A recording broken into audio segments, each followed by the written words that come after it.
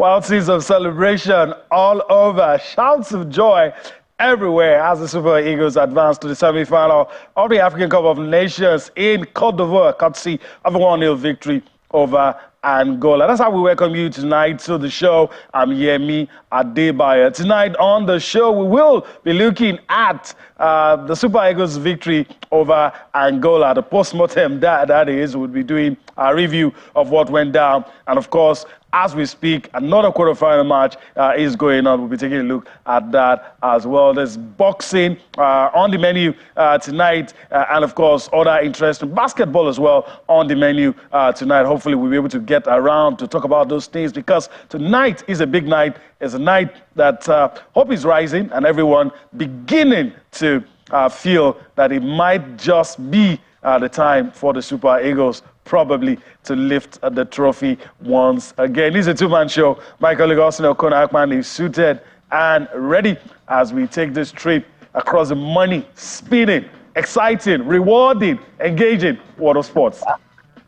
Tell me more, tell me more. Big energy tonight. The Super Eagles of Nigeria qualifying for the semi-finals of the Africa Cup of Nations. It's looking like a fairy tale story. They launched that campaign, let's do it again. We had our doubts because of the recent performances before the AFCON, and now, slowly, it's looking like it's going to be surely.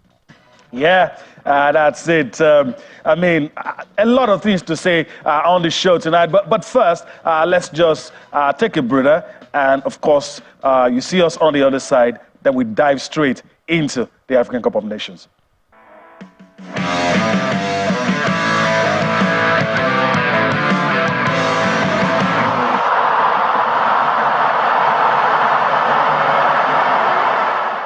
All right. I mean, just for the sake of our viewers, I want us to quickly put on the screen the quarter-final results. We had our hat in our mouth at some point. I could barely watch, and I guess that's the story for most Nigerians. Here you have it. Nigeria through to the semi-final courtesy of that 41st minute goal by Ademola Lookman. Ademola Lookman now the highest goal scorer for the Nigerian team. He has 3 goals. But what a performance by the boys. Nervy moments in the game, it must be said. And we'll do our best to look at everything, what was good, what was worrying, some worrying signs, it must be said. But victory is good anyway it comes. And I'm very sure my colleague Austin Okona-Akpan agrees with me. I totally agree with you. I mean, the boys had to fight today. They had to dig deep. Against Angola, we knew it was going to be difficult. We had the Super Eagles manager on the show last night, and right there was telling us that it's not going to make it an open play. And yes, it's beginning to look like it will be tough for any team in Africa to beat Nigeria with this formation, because what this formation does, it forces you to play like them. And the fact that you've got a strong man in Victor Osimhen that can run at any defense, you've got a creative Ademola Lookman being supported by Moses Simon, who had a beautiful game today, then the Super Eagles will come out victorious, because they will create those chances, they will suck pressure on you, and then there's nothing you can do. The back four, every day they are learning this. Just to start imagine Zaidu Sanusi clicks in going forward with the chances he gets match after match, then we can be ending every game 3-0. But they're growing, they're getting better game after game. They are beginning to understand this formation. They have conceded just 1 goal. Just 1 goal in 5 matches. Yes, I would say, they're not scoring, but yes, they're not conceding. And if it takes 1-0 to go win the World Cup, then I think this team should qualify for the World Cup and go win with 1-0 and be the first African team to win the World Cup. But definitely it was a hard-fought victory. Angola came out strong. The Palancas Negras, we know them to be compact in the middle. They had a glorious chance in the 58th minute of the game. The woodwork saved Nigeria, and then Trostekon cleared. Otherwise, we would have been saying a different story entirely. But let's commend the character of this team, the mental strength of this Super Eagles team. Match after match, they're showing us that, yes, they want to go the distance, that they want to do those things that they said they are going to do before the start of this competition. And you can see, right now, everyone is happy. Nigerians love their football. not just Nigerians back home, Nigerians all over the world. They tuned in to watch this game and they are rejoicing. I'm commending the Super Eagles for a job well done, Yemi. Let me just put the disclaimer out. If anybody tells you I'm a Nigerian, I don't love the Super Eagles, I don't care what they do, it's a lie. I'm a big example. Last 10 minutes, I could barely watch what was going on. And I can't really call myself a journalist. Nigeria is playing, and a lot of it. But let me not be the one doing the talking. Dr. Gubiade joins us now. So let's quickly introduce him. Dr. Greetings to you. Thanks for finding time to be with us on the show tonight. What can I say? Interesting scenes at the Felix Boyne Stadium. Nigeria got the job done. First thing, good evening. And it has actually been a fantastic tournament for the Super Eagles. Myself and you and some other journalists out there. It's true, yeah. Before the start of the tournament, we were skeptical about the tactics of the gaffer in charge of the team, talking about Peseiro. We actually talked about numbers of defenders being taken to the tournament, numbers of midfielders, and talking about the attackers. But in the tournament, we come to see what he has come to do with the defenders. Mm-hmm. We actually come to see that this man knows what he's doing.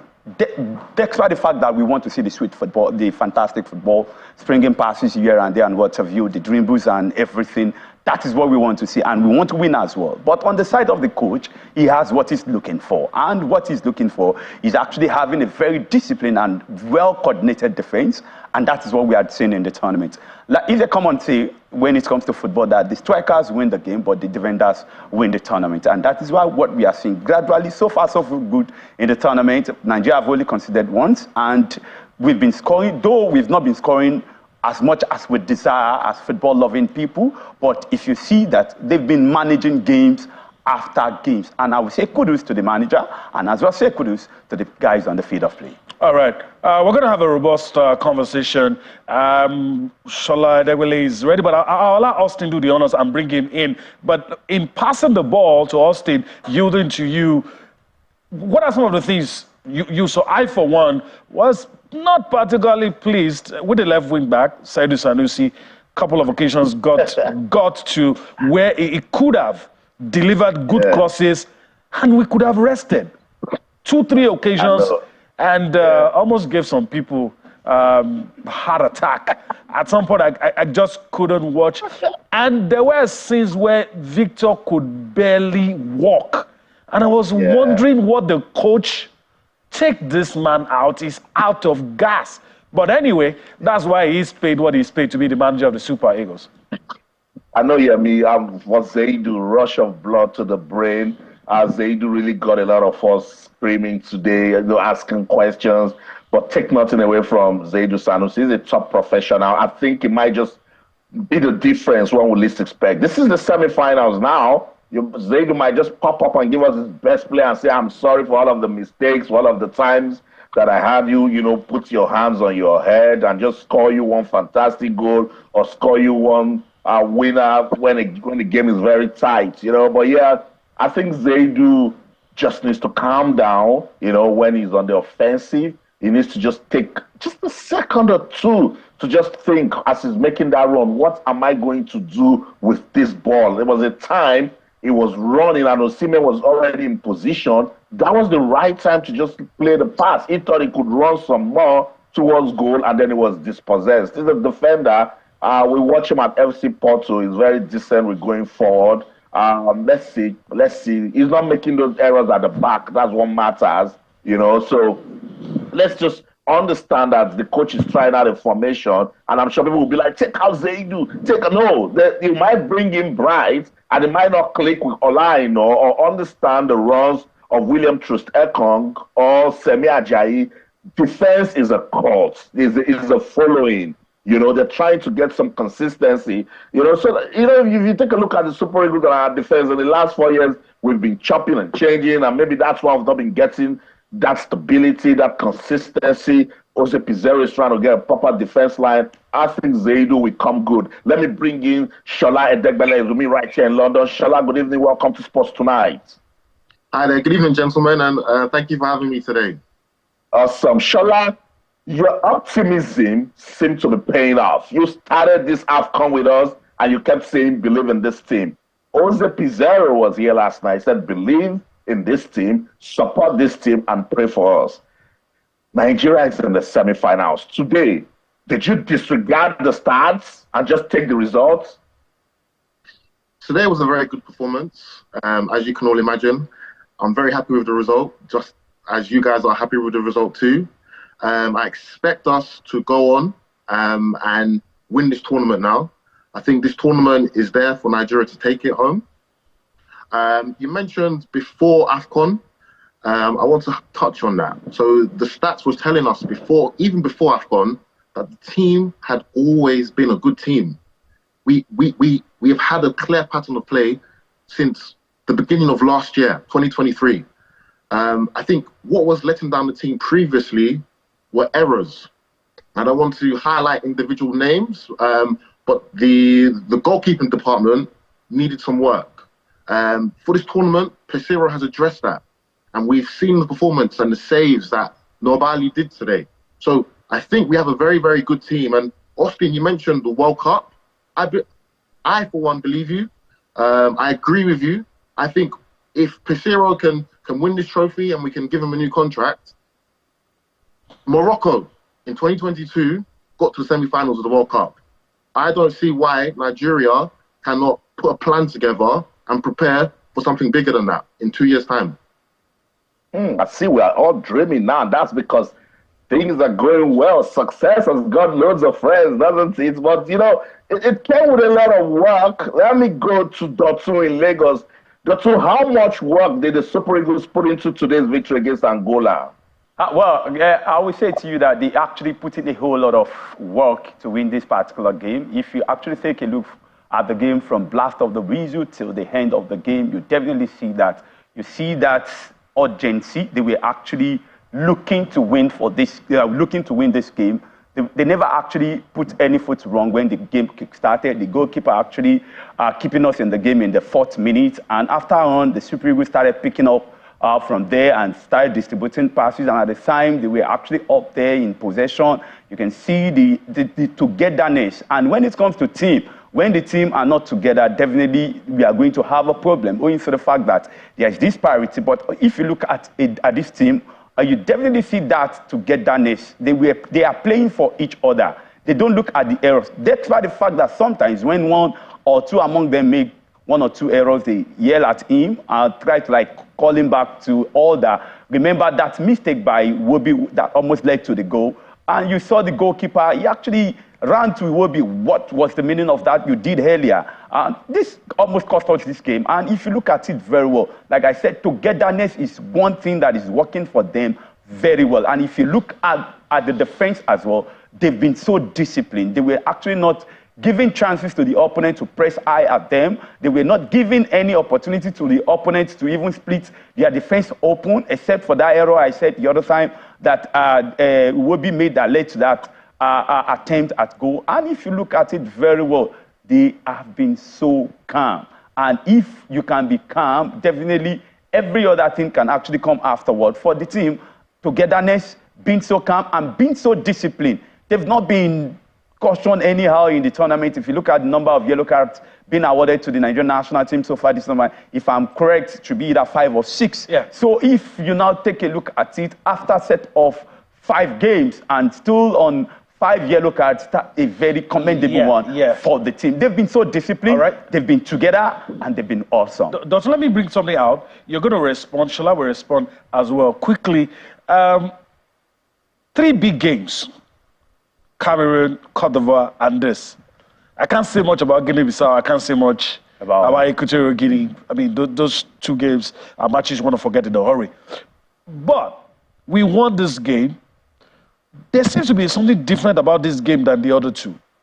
The other 2 games, you could see that it looked like we strangled our opponents. Yeah. And they could do nothing. Cameroon didn't get a sniff. No shot on target. This game wasn't like that, even though we won. Those 2 matches, defensive masterclass, like in this game, early minutes, those guys came out. Yeah. And I agree with you. We somehow forced them to play the way we wanted them to play. But 20 minutes to the end of the game, we weren't pressing anymore. They were playing in our half. Now, bringing out those issues, do you consider those things to be worrying signals? Yes, to a large extent, but not totally. But if you look at the team, the beauty of the game is goal. So when you start creating chances and you are not putting them at the back of the net, you are giving your opponents, you are giving them the go ahead to press eye on you. So when you don't convert your chances, remember we created some beautiful chances that we never should have converted. So if you look at that, the opponents will keep getting the hopes. Okay, we are still 1-0 down. We can actually just one goal. Go for it. Let's press more. Let's try harder. If we could actually get one at the back of the net, then we restart the game, which they never had the opportunity to do. But it is a worry. But if you still look at it very well, the defense line has actually been, like I jokingly said somewhere, I said the defenders came to this tournament fully aware of what they have come to do. All right. Let me bring Shola in. I'm very sure you listened to the question I asked. Those two games that people have called classics that we've won, the difference between those two games and this was that there were more nervy moments in this. And, I mean, you could cast your mind back to the picture scene of Sime looking so tired, couldn't chase the opponents, and, you know, they were passing around the ball. And all that. I'm just trying to paint a picture for you. Are those things worrying signals? And at some point, we're giving away the passes, win the ball, lose it, win the ball, lose it. Last 20 minutes. I don't know if you saw that too. Do you consider those things worrying signals? Good question. I think there's two key things here. First of all, Angola is a better team than Cameroon. We saw what they did in the group stage. We saw what they did in their last game against Namibia. Overall, they are much more robust opposition. So even though we scored 2 goals in our last game against Cameroon, and we looked more comfortable, we are playing against a better team. So it was always going to be more challenging. The second point is that as you advance in a competition, the stakes are higher. So players are more likely to throw more at us because we're so close to the trophy now. We're now in the quarterfinals. So we can't necessarily compare this match to the Ivory Coast match, for example, which was still a group stage match. There's more at stake here. So I think because of those two factors, there isn't, for me personally, I'm not concerned. I still think we will win this tournament. I'm very, very confident in that. And I think every game that we play from now on will be a final. So even though the next match is a semi-final, it will be a final. Whether it's South Africa or Cape Verde, I guarantee you, we will all be tense just because there's more at stake now. Shola, you make me, you know, sometimes when I listen to you, I just say, where is he getting all of this confidence from, particularly from the very start of this competition? But kudos to you and your analysis. What are the stats say today that we can actually bank on as we approach the semifinals? Because, yes, as my colleague mentioned, there were nervy moments. The Angolans struck the woodwork. There were times we gave the ball away. You can't afford to make those mistakes in the semis. What do the stats say that seem to be encouraging you? Okay, the first stat that people may look at and say this is a concern is possession. Angola did have more of the ball. However, when we look at how Peseiro sets his team out, I don't think this manager is interested in playing sexy football. I don't think his goal or vision is for us to be beating teams 3-4-0. So for me personally, I can't mark the Super Eagles against that because that's not the team's objective. Their objective is to win. And if that means giving up possession and defending deep and hitting teams on the counter, they will do that. We've seen numerous teams throughout history use this strategy to win tournaments. We saw what Morocco did at the World Cup. They were very, very defensive. We saw Jose Mourinho's Chelsea team in 2006. They were quite a defensive team. We saw Conte's Premier League winning team in 2017. They were quite defensive. So where many Nigerian fans, and I understand, they may say that we're not playing with our DNA, we're supposed to be attacking teams or pressing them. I wouldn't use that metric to judge this team because it's clear as day that this team isn't designed for that. Peseiro is on the mission to win any means necessary. That's right. He reminded us last night on this show that he's not here to give any open play, and that if you want to score the Super Eagles of Nigeria, you must work for it. And we're beginning to see it. In Sports Tonight on Channels Television, the Super Eagles of Nigeria are through to the semi-finals of the Africa Cup of Nations. Can you believe it? Let's go on this quick break. When we come back, I'll hand over to Lagos. What should be done to ensure the trophy comes back to Nigeria? Don't go anywhere.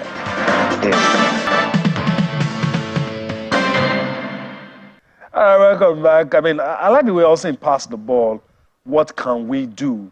And, I mean, picking off what Shola said, look, to be honest, we're in a period where, even though I said there were nervy moments, in all honesty, apart from a few substitutions, there's really nothing you would want this team to do that they've not done. There's, the clamor for a few players to play. And some of those few players, you're like, maybe the qualities they have may not suit what we are trying to do. Case in point, I mean, I'm not trying to vilify any player. When I saw Aribo come on, I'm like, not in this kind of situation. You're right. You're right. But let me just paint this picture. If you look at it very well, when it comes to football, like I do see something like coaches knows what they are looking for in a player. Yeah. So if you actually have a player at your disposal and you want to get something you wanted out of him and the player could not, what you're going to do is to put the player on the bench. And there is this mentality of coaches all around the world. They hardly change winning team. So it is a mentality of coaches. Let's continue in this spirit because we've been winning with this set of players we've been parading. Let's continue in this particular spirit. Don't let us change it.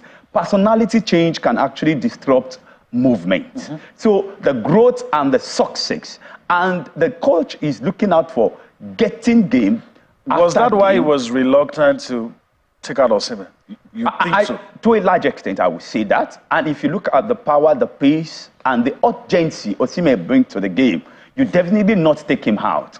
There's something you pointed when we were discussing off camera. The other time you mentioned Franco Yeka. Immediately he was taken out of the... Yeah. The midfield collapsed totally. We could not see that presence anymore. When he was there, he was pressing high. He was marking. He was running after every Angolan player on the field of play. But after his withdrawal, we saw that midfield was nowhere near what we were before he was taken out. But in general, like you said the other time, the team have been wonderful. And I will say that over and over again. All right. For once, you look at the Super Eagles and you just pray that Mother Luck would be on our side. There's really nothing anybody would ask of this team that they've not done, apart from maybe playing the way we were used to. But in any case, victory is sweet, whichever way it comes. Let me yield to Austin now. As another quarterfinal is currently going on. We could go on and forget that. Last time I heard, Guinea is ahead. Guinea's ahead, yes. 25 minutes already played in that game between Democratic Republic of Congo and Guinea. Guinea showing intent from the start of the game. They've been enjoying possession, 68% to DR Congo's 32, and in the 19th minute, they won a penalty. Mohamed Bayo stepped up and he sent the goalkeeper the wrong way to make it DR Congo 0, Guinea 1. So that's looking interesting now because a lot of people would have been expecting DR Congo to, continue this fairy tale run that they've been having, not scoring goals till the late minute. But let's see. It's football where anything can happen. I see Shola was nodding his head to some of the things that Dotun was saying and also disagreeing to some. Where did you disagree with some of the things he talked about? Yes, thank you, Austin. It was regarding Osimhen. I agree with Yemi. I don't think Osimhen should have stayed on the pitch for that long. I think we have so many forwards that we haven't even seen in this tournament. Be it Iheanacho, be it Mofi. Onuachu did come on, but I thought that was way too late. So as much as I am an advocate for Peseiro, I think his in-game management today could have been a bit better. Osimhen was tired. and that fatigue is what made him miss a few chances. Secondly, that fatigue will also make him more injury prone. He's more likely to pull a muscle. So, Osimhen running for 70 minutes, take him out. Bring on another striker. Moffi's there. Iheanacho's there. These are very, very talented players in their own right. So I think that was something that we need to look at. And earlier on the show, you mentioned Sanusi. For me, that is looking like a cause for concern. If you look at all of the matches, even today's match, I don't know what the player's name is, but it was the guy that had the blonde hair. When he came onto the pitch, they targeted Sanusi. When he came onto the pitch, that's when the game changed. It was their right winger. Against Cameroon, again, it was that long switch to Sanusi's corner. So I think teams are starting to realise that in Nigeria's defence, it is our left back that potentially is our weakest link. So Peseiro needs to look at how he can manage this better. One solution... Pardon?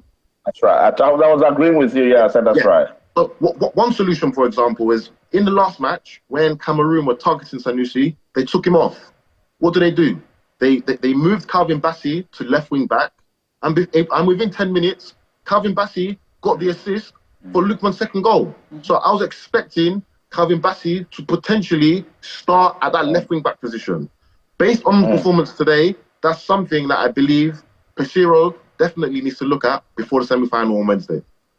Anyway, Peseiro told me yesterday, Austin, if it's not broken, don't fix it, you know. So maybe that's what he's doing. For quick updates, once again, you know, in that game going on between DR Congo and Guinea, Chancel Mbemba has just scored for DR Congo. Now you know this is serious business. It's 1-1, and they're having a go at each other. So this one might just go all the way.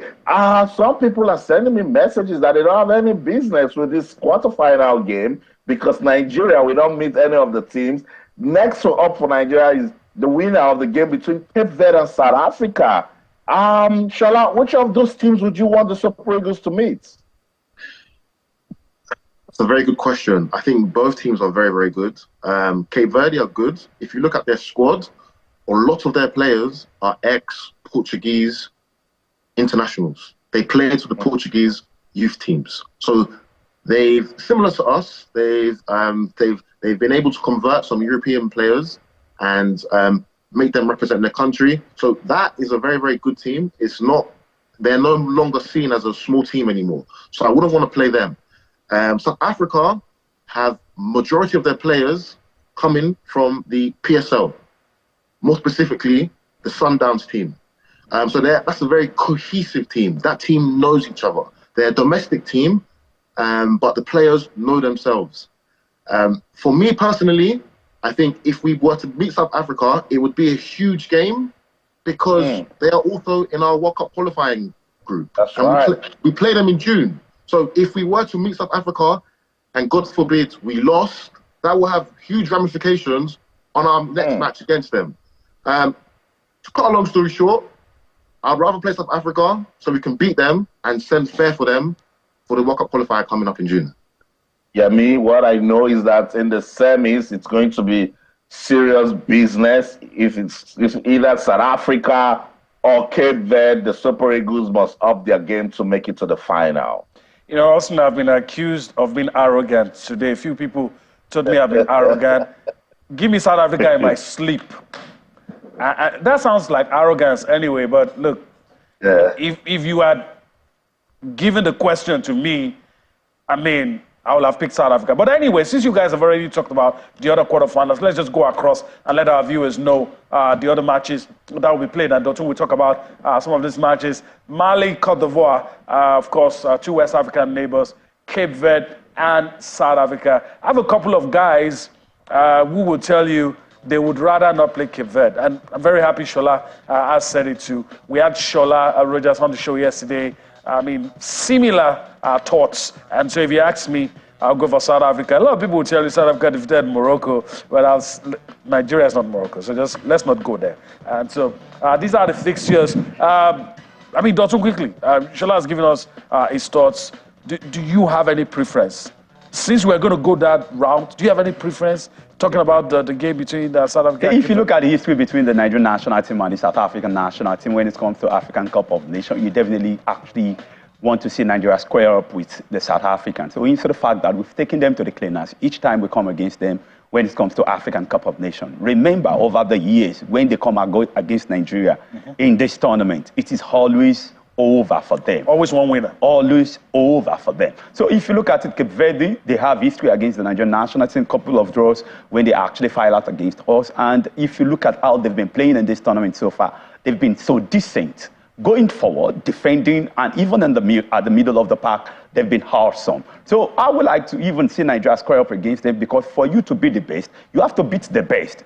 And that is my own submission when it comes to playing a tournament. But for me, the two sides, either of the two, is good for me. Mali, Cote d'Ivoire, quickly. Mali, Cote d'Ivoire. History between these two teams when it comes to Nations Cup. Cote d'Ivoire all the way when they come up against the Malian national team.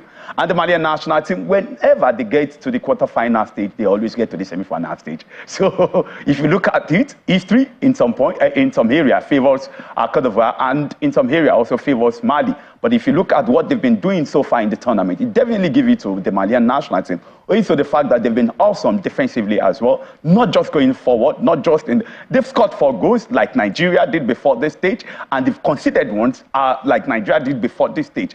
And they have one player, Sinayoko.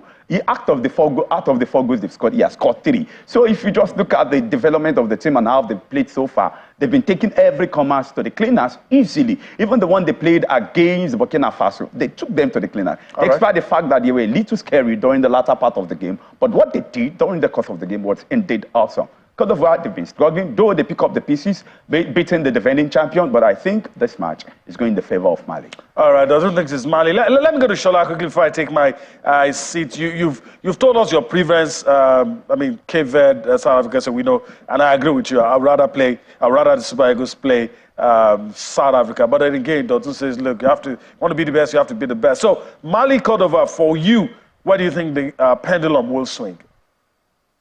I expect Ivory Coast to win every game up until the final. They will play us, and that final will be very, very close. I think the gods have blessed them with a second life in this tournament, and I think the players now understand what's at stake. They were very, very close to being knocked out in the group stages, and this second chance has given them that push to beat the best team in the competition, if we're being honest, which was Senegal. And I think that's just going to give them that push to just move every team aside. And we've already played Ivory Coast, and we beat them. I think if we play them again, I don't know, it will be very, very tight. My heart's telling me Nigeria will win, but playing Ivory Coast in the final, at home, in Abidjan, will be a lot. It's going to be a lot. It's going to be a lot.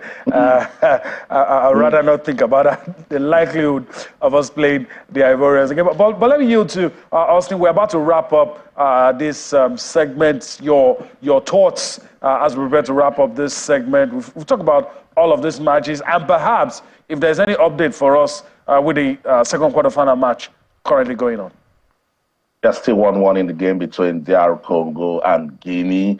Let me just get Shala's final thoughts so we can, let him go. Shala, what do you want to say to the Super Eagles as they approach the semi-finals? Now, I've seen you worried because when you were giving your analysis about Cote d'Ivoire and Nigeria, you were struggling for breath. Stay with me, Shala. What should they do first for the semis? I think I'm going to assume that we'll get South Africa because that's who I want. For the South Africa game, I don't think we need to make too many changes. If we are going to make any changes, it should be potentially the left back position. That is a point of concern. I think Yemi mentioned it earlier too. That seems to be where everybody keeps targeting. And South Africa's best player, Percy Tau, is a winger. So I wouldn't want him going against Sanusi. So that's something I would look at. For the final, in the event we play Ivory Coast, it's just prayer. That's right. I like that you stayed with me. Thank you so much, Shalai Degbele, for your time on the show tonight. We'll get you talking again. We talked about the game between Cape Verde and South Africa. The coaches have been speaking. Let's listen to them and I'll come back to wrap up the AFCON segment. You know, when you play a game against the favorite of AFCON and you win it, I think you did a great performance, and that performance gave us a boost of confidence and belief in ourselves. So I think we will be ready for the game of tomorrow. We don't underestimate that team of Cape Verde. Okay, they are not the same team like Morocco with all the high quality players who play in big teams in Europe. But what I saw from the team, I think we don't have to underestimate them. They have qualities. It's a team on the pitch. Players are very disciplined, do their role. It's difficult to play against them. So that means that tomorrow we have to achieve again our best level if we wanted to be in the semi-finals. The coach has experience on winning an AFCON. And the other thing is that our coach has that belief on us as a team. We have a good relationship with the coach, so I think that one is going to help us going forward. So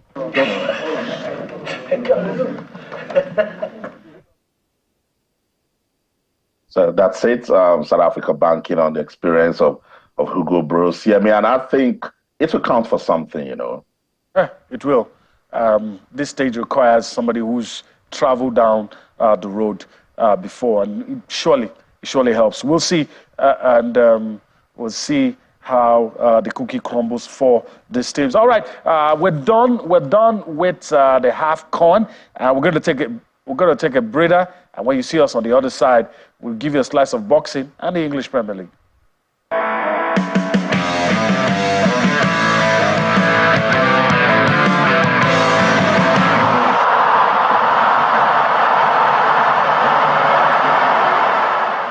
Welcome back. Like I said, we're going to give you a slice of boxing. Let's talk about something happening at Austin's end. It will give us more details. We've talked about this quite a few times. Dan Azeez and Joshua Buatsi about that is coming on. Should have been fought a while ago, but all is now set for that light heavyweight eliminator bout between British Nigerian boxer Dan Azeez and his opponent Joshua Buatsi. The fight was originally built for October 3rd last year. It was postponed after Azeez picked up a back injury during training. The fight will take place tomorrow at the Wembley Arena, and of course Dan, Super Dan as it's fondly called, believes a win will elevate his boxing career. Let's take a reaction, and Austin will say a thing or two, then we shift to talk about the English Premier League.